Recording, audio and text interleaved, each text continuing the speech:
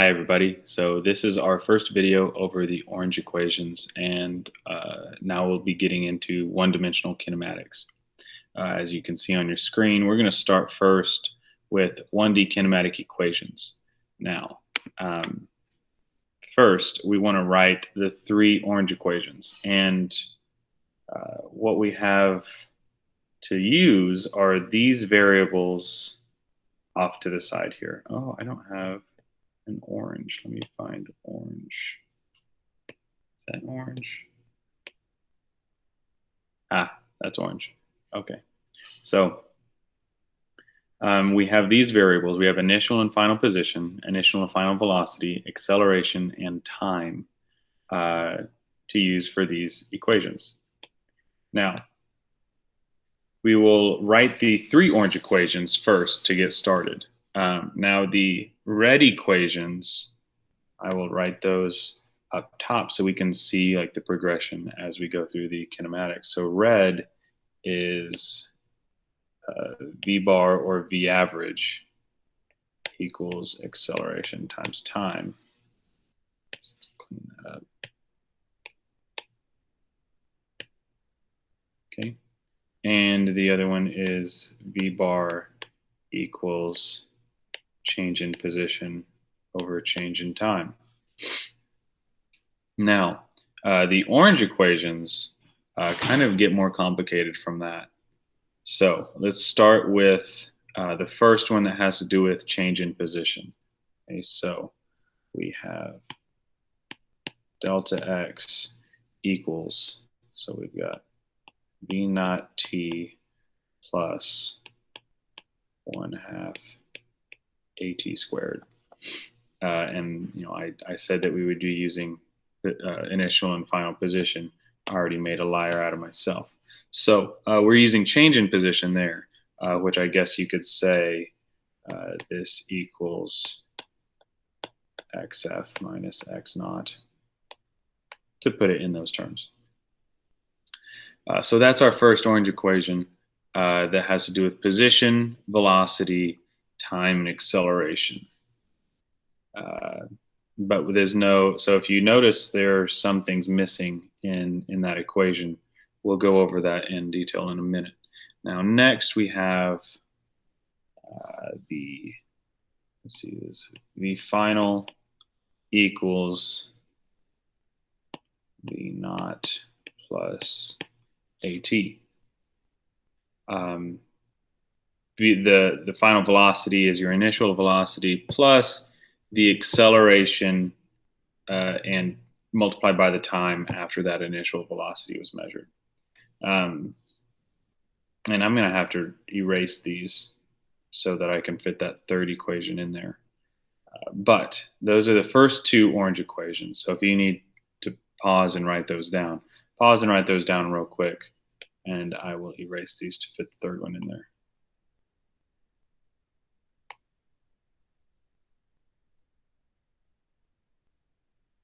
Okay, so our third equation is vf squared equals v naught squared plus 2a delta x. Okay, that one's the more complicated of the three orange equations. Now, why do we need three equations instead of just one equation that told us everything? Well, each equation is missing something, like I mentioned before. We'll talk about the third one since I've already got it written up here. The third one,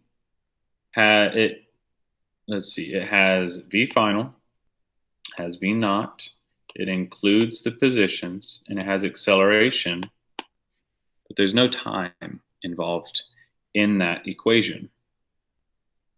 Now let's see, let's say we go to, we'll just work backwards. That was the third equation. Now let's go to the second equation.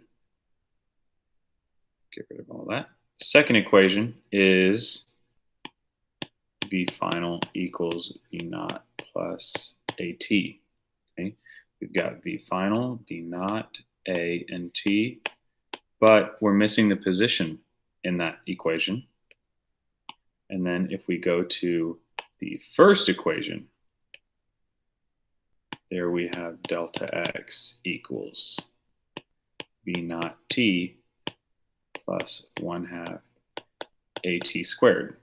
Here we have position, v naught, acceleration and time, but we're missing v final. So you can see, given the scenarios or given your givens, depending on what you have to solve that problem, you can use a different orange equation.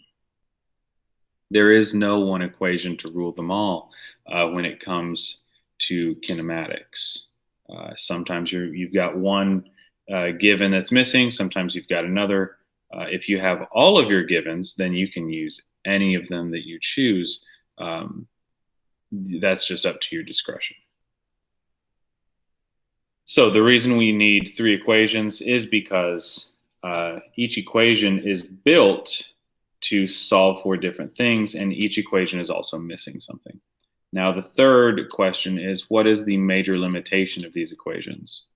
Now, if you noticed, we have initial velocity, initial position, final velocity, final position, and then we've got time. We don't really break time down into initial and final. That doesn't make a whole lot of sense. But acceleration,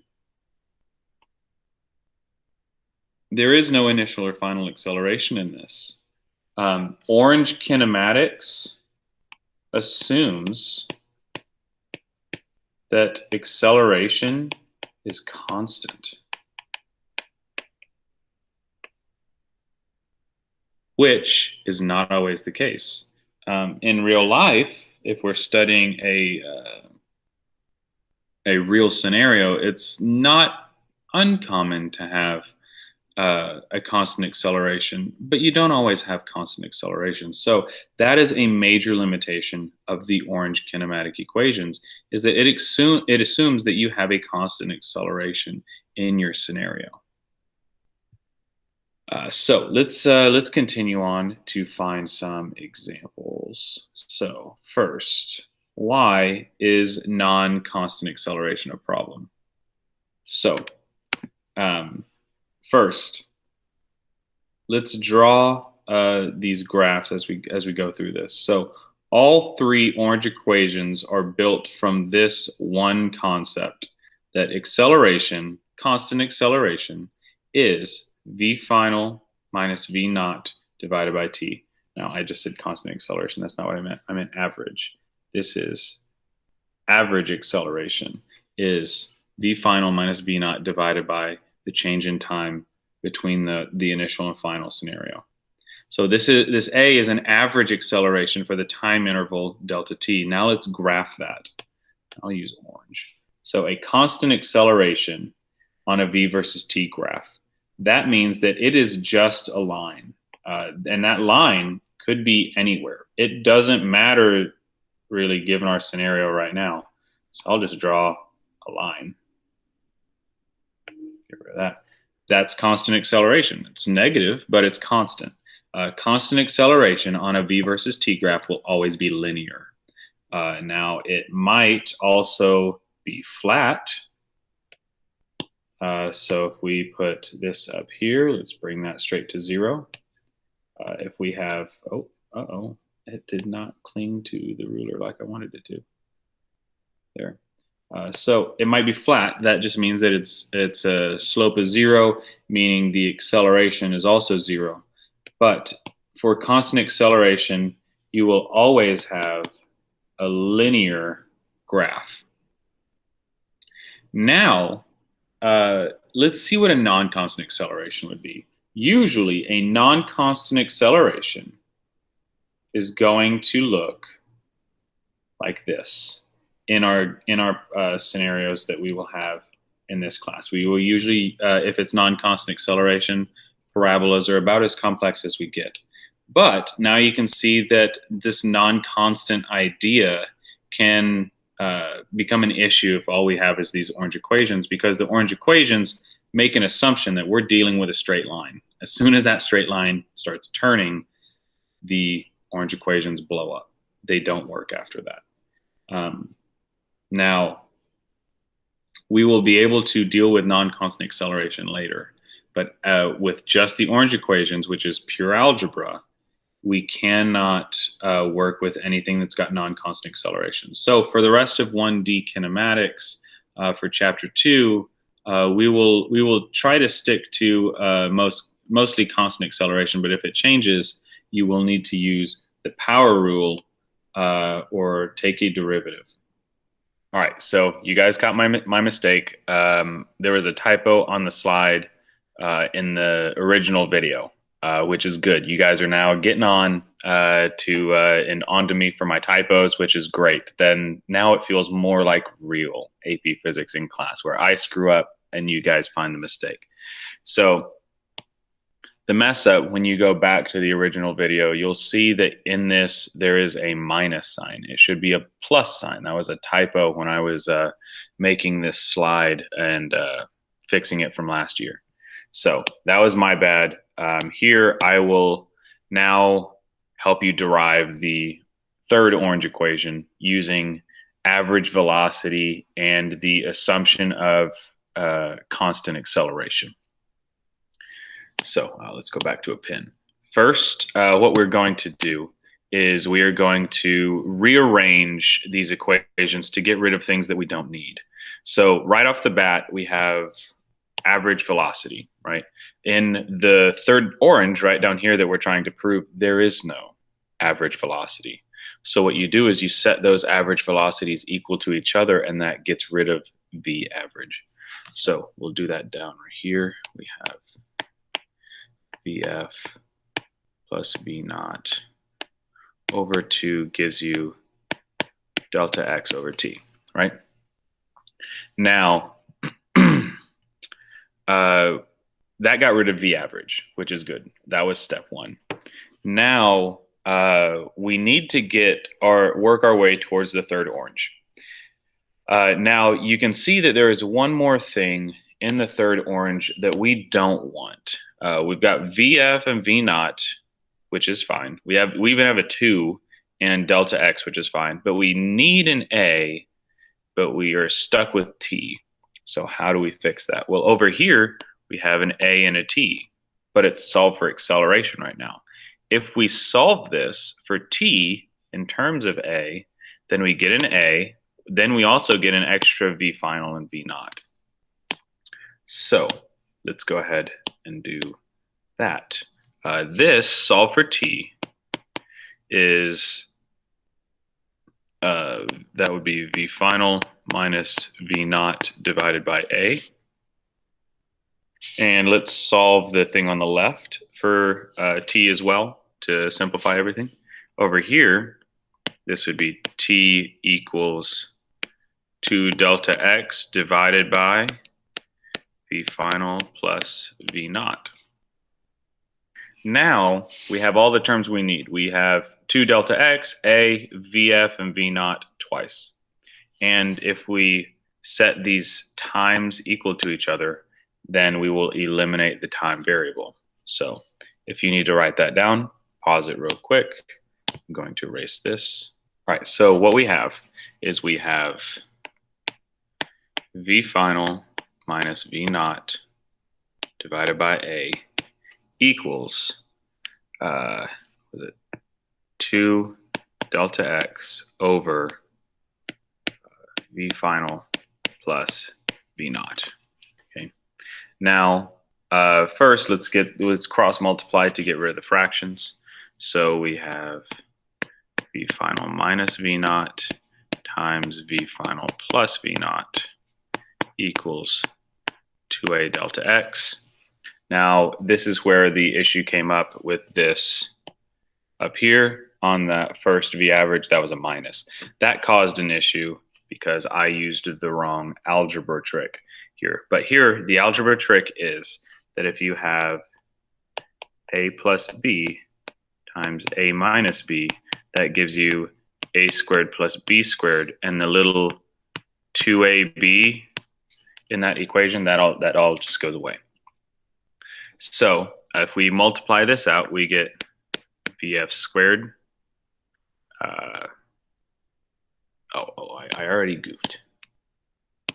So a squared minus b squared. So we get v squared, vf squared minus v naught squared equals 2a delta x. And I've run out of room. But if we rearrange, get rid of some of this work over here, if we solve that for v final squared, then we will get our proof that we were looking for. V final squared equals, add that v naught squared over plus 2a delta x. Oh, missed. There we go. All right, so that is the correct way to derive the third orange. In the original video that you're about to go back to, where I'm just kind of stumble through a conclusion of this video, I had the wrong solution there. You guys found it online and corrected me, so I was able to fix that, and now I'm going to edit this back into the original video. And that is how you can prove that orange equation. That's the most complex orange equation that we have. We will get to the orange quad later. The orange quad is something special out of the orange equations, and we will talk about that next time in the next video. But this was a quick rundown over orange equations, what the three orange equations mean, and why we have three instead of just one magic equation. And we talked about the limitations, constant acceleration. And then we're going to come back to that over and over throughout the entire course. So remember, if constant acceleration is in the problem, linear kinematics can work, or I guess one-dimensional kinematics can work. But if the acceleration is not constant, then we've got to do something different. Okay. And next video, we'll go over more of the orange equations, and then we will segue into the blue, and we'll discuss why we are not really going to use blue in this class.